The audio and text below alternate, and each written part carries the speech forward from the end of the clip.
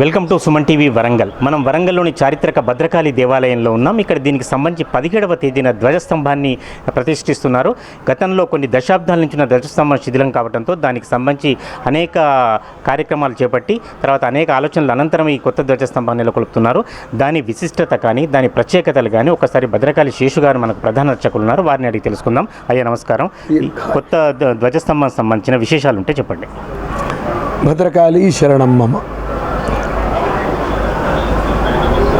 మనుష్య జన్మకు ప్రధానమైనది ఏమిటి అంటే స్వయం తీర్త్వా పరాంస్తారయతి, తాను తరిస్తూ పరులను తరింపచేయాలి.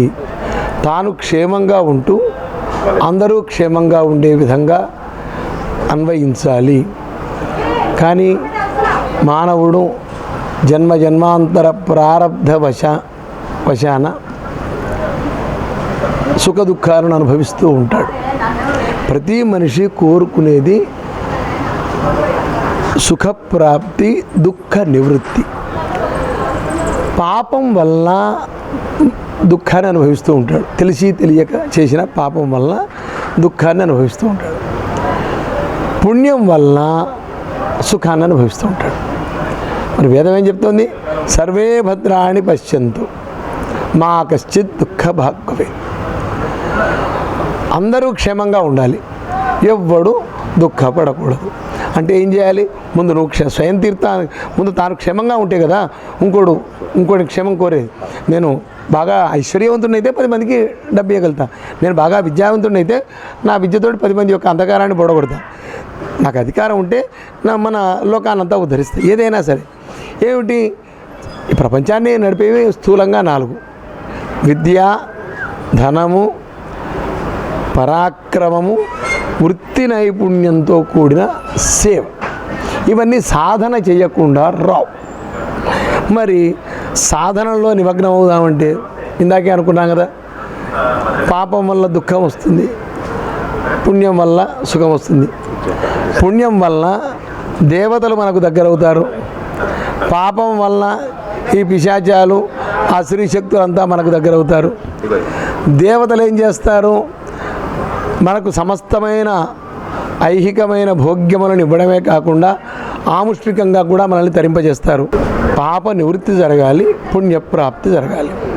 అందుకోసమే ముందు తాను ఉద్ధరింపబడాలి. తాను ఉద్ధరింపబడితే లోకాన్నంతా ఉద్ధరిస్తాడు మనిషి. అందుకోసం ఆత్మార్థ పూజ అని ఇంట్లో చేసుకోవాలి. తన ఆత్మోద్ధరణానికి. లోకోద్ధరణం కోసం గుళ్ళో పూజ చేయాలి. ఆ గుడి ఎట్లా ఉండాలి అనేది శాస్త్రాలు చెప్పాయి. కొన్ని స్వయం వ్యక్తమైన దేవాలయాలు, దేవతలు, కొన్ని దేవాలయాలు కట్టి ప్రతిష్ఠ చేయబడిన దేవతలు. స్వయం వ్యక్తమైన దేవతలకు రాజులు, దాతలు వీళ్ళంతా దేవాలయాలు కట్టారు. తర్వాత దేవాలయం కట్టి ఆ దేవాలయం మూర్తి ప్రతిష్ఠ చేసేది ఇంకో విధానం. అయితే ఈ దేవాలయం ఎట్లా ఉండాలి? ఈ దేవాలయం అంతా కలిస్తే దేవుడి యొక్క శరీరం, మన శరీరంలో చేతులు, కాళ్ళు, తల, కళ్ళు ఇట్లా ఉన్నాయో దేవాలయం అనేది దేవుని యొక్క శరీరం. అట్లా అయితే ఒక్కొక్కటి గర్భశ్చైవోదరంజ్ఞేయో, గర్భాలయం అనేది దేవుని యొక్క ఉదరం, పొట్ట. పీఠం అనేది హృదయం. మళ్ళీ శిఖరం అనేది శిరస్సు. అట్లాగే రాజగోపురం అనేది పాదస్థానం.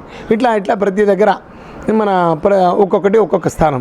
ఈ దేవాలయంలో ప్రధానంగా మనకు కనిపించే భాగాలు ఏమిటి అంటే దేవాలయం, శిరస్సు, మన శిఖరం, రాజగోపురం, ధ్వజస్తంభం, బలిపీఠం, ఆ దేవుని యొక్క వాహనం.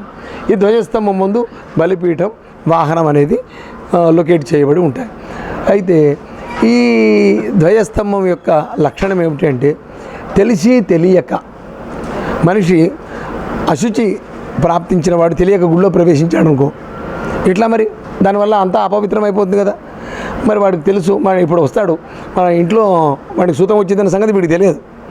మన కొంతమందికి సూతం వచ్చినా కానీ గుళ్ళోకి పోవాలన్న సంగతి గుర్తుండదు. అట్లాంటప్పుడు ఎట్లా అంటే ఈ ధ్వజస్తంభం కింద 2 పీఠాలు ఉంటాయి. ఒకటి కూర్మం ఉంటుంది, కూర్మశిల అని, తర్వాత బ్రహ్మశిల అని ఉంటుంది.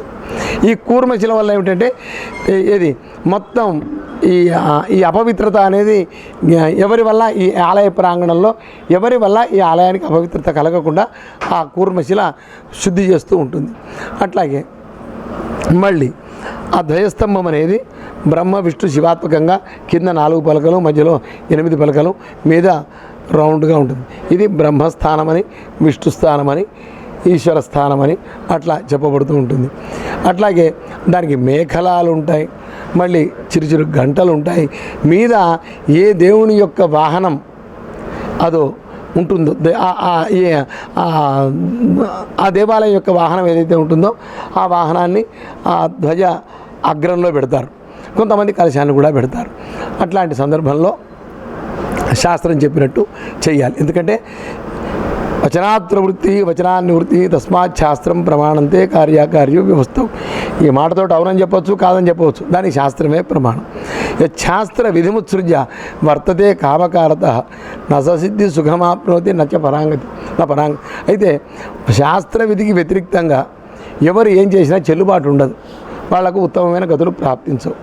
అంతే కదా, కలెక్టర్ గారు మనిషి, నేను మనిషి, కానీ కలెక్టర్ గారు సంతకం నేను పెడతా అంటే దానికి చెల్లుబాటు ఉండదు. గత ధ్వజస్తంభానికి ఈ ధ్వజస్తంభానికి ఏమైనా తేడా ఉందా? ప్రత్యేకతలు ఏమైనా ఉన్నాయి? అది కొంచెం సన్నగా ఉండేది, ఇది కొంచెం లావుగా ఉంది, ఎత్తుగా ఉన్నది, లావుగా ఉన్నది. ఎందుకు అంటే ఎక్కడ తెప్పించారు? భద్రాచలం అడవిలోంచి తెప్పించాం. ఇది శిఖరానికి సమానంగాను శిఖరానికి ఒక 9 అంగుళ ఎత్తులోనూ ఉండే విధంగా 2 ప్రకరణాలు ఉన్నాయి. వైదికాగమంలో శిఖరానికి కొంచెం ఎత్తుగా ఉండాలి అని ఒక ప్రమాణం ఉంది. ఇది ప్రతిష్టాపన ఇది 17వ తారీఖు ప్రతిష్ట. 15 నుంచి 3 రోజుల పాటు ప్రతిష్టా కార్యక్రమం ఉంది. 15 సోమవారం నుంచి. ఎవరు వస్తున్నారు సార్? పుష్పగిరి పీఠాధీశ్వరులు ఈ ధ్వజస్తంభ ప్రతిష్టకు వస్తున్నారు. శ్రీమద్ అభినవోద్దండ చంద్రశేఖర భారతి స్వామివారు వస్తున్నారు.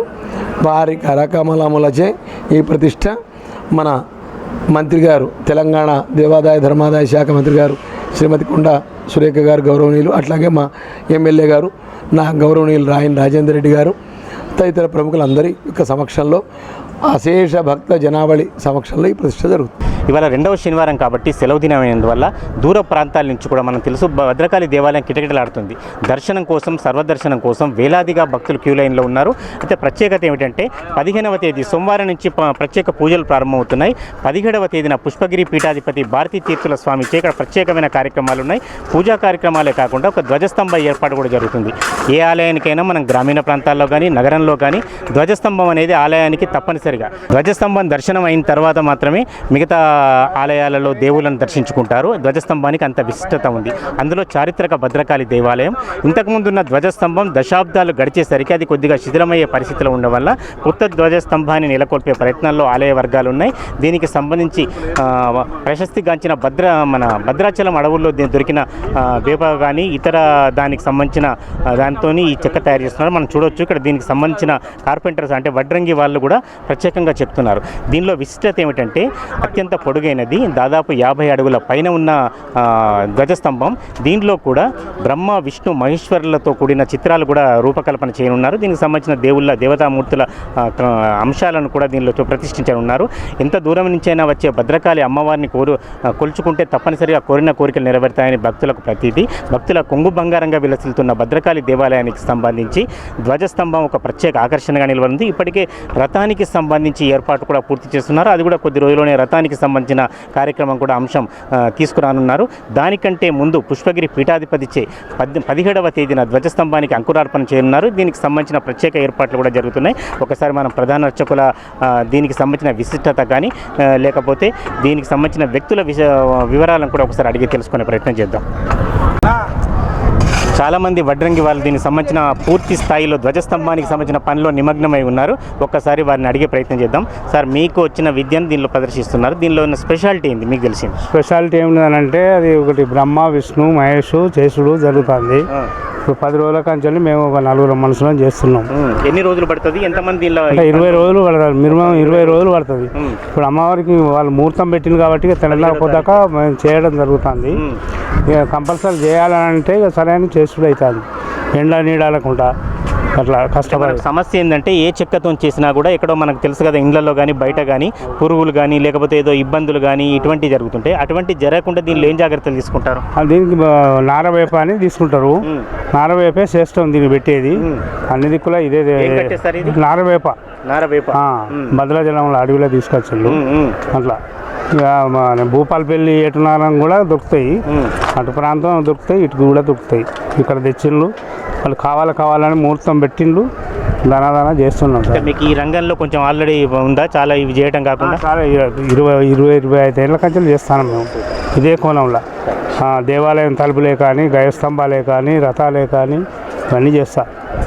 మా 17వ తేదీన ధ్వజస్తంభానికి సంబంధించి ఇక్కడ ఆలయ ధర్మకర్తలు ఉన్నారు, ఆలయ పూజారులను అడిగి తెలుసుకుందాం. తర్వాత దీనిలో నిమగ్నమైన వడ్రంగిలను కూడా మనం తెలుసుకుందాం. సరే, అసలు ఏం ఏర్పాట్లు జరగబోతున్నాయి? 15వ తేదీ 16వ తేదీ ఏం జరుగుతాయి? 17వ తేదీ ఏం జరుగుతుంది? 15, 16, 17 ఈ ధ్వజస్తంభ ప్రతిష్టాపన కార్యక్రమం ఉంది. ధాన్యాదివాసం, జలాదివాసం, తర్వాత ఇది ప్రతిష్ట. దీనికి పుష్పగిరి పీఠాధీశ్వరులు శ్రీమద్ శ్రీ శ్రీ శ్రీ అమినోద్దండ మహాస్వామి వారు వచ్చి వారి కరకరించితే ఈ ప్రతిష్ట కార్యక్రమం ఉంది. ఈ కర్ర కోసము పాల్వంచ దగ్గర ఉన్న అడవి, దుమ్మగూడెం అనే అడవిలో ధర్మకర్తలు మళ్ళీ అందరూ దాదాపుగా ఒక 3 పర్యాయాలు వెళ్ళి అడవిలో 5-6 కిలోమీటర్ల నడక ద్వారా తెలిసి చాలా చెట్లను అన్వేషించి అతి పెద్ద చెట్టు, మంచి కర్ర, సాగదీసిన కర్రను చూసుకొని సెలెక్ట్ చేసుకొని తీసుకురావడం జరిగింది. చాలా శ్రమ కోర్చి ధర్మకర్తలు ఈ విషయంలో నిమగ్నమై ఈ కర్రను తీసుకోవడం జరిగింది.